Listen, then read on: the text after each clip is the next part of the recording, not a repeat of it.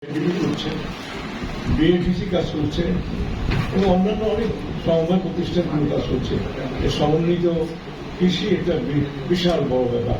কৃষি মন্ত্রণালয় এটা ভাগ করা হলেও এখনো মৎস্য, গবাদি পশু বা এটাকে স্ট্যান্ডার্ড হয়ে চলে এসেছে।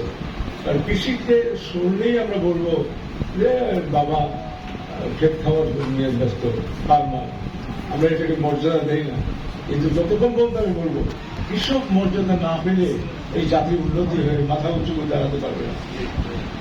আপনারা যখন আমার কাছে আমি যখন আমেরিকান প্রেসিডেন্সিয়াল ইলেকশন এসেছিল, যখন কার্টার বলেন my name is Carter, I am farmer, I am engineer, তখন আমি বুঝি যে কৃষকদের তারা কতটা মূল্যায়ন করে তাদের ডেভেলপমেন্টের চেষ্টা করতে পারে।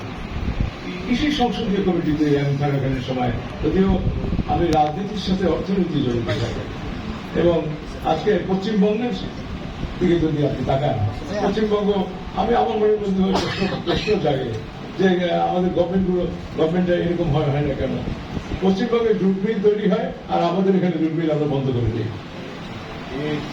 ডেভেলপমেন্ট প্রক্রিয়া এগুলো এরকম যে আজকে আপনি যদি কৃষকদের যে কৃষি নিয়ে আজ পর্যন্ত রাজনীতিবিদ, সমাজতন্ত্র, গণতন্ত্র যত কথাই বলি না কেন, আমরা ফার্মারদের অ্যাডভারেট করে কেউ উঠতে পারেননি।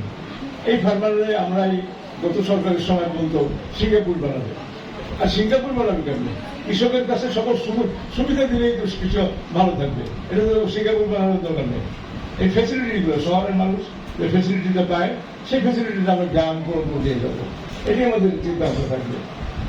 এবং কৃষকদের ডেভেলপমেন্টের ব্যাপারে শুধু কথা নয়, সেমিনার নয়, আমরা যদি চিন্তা ভাবনা করি কিভাবে কৃষকদের ডেভেলপমেন্ট করবো।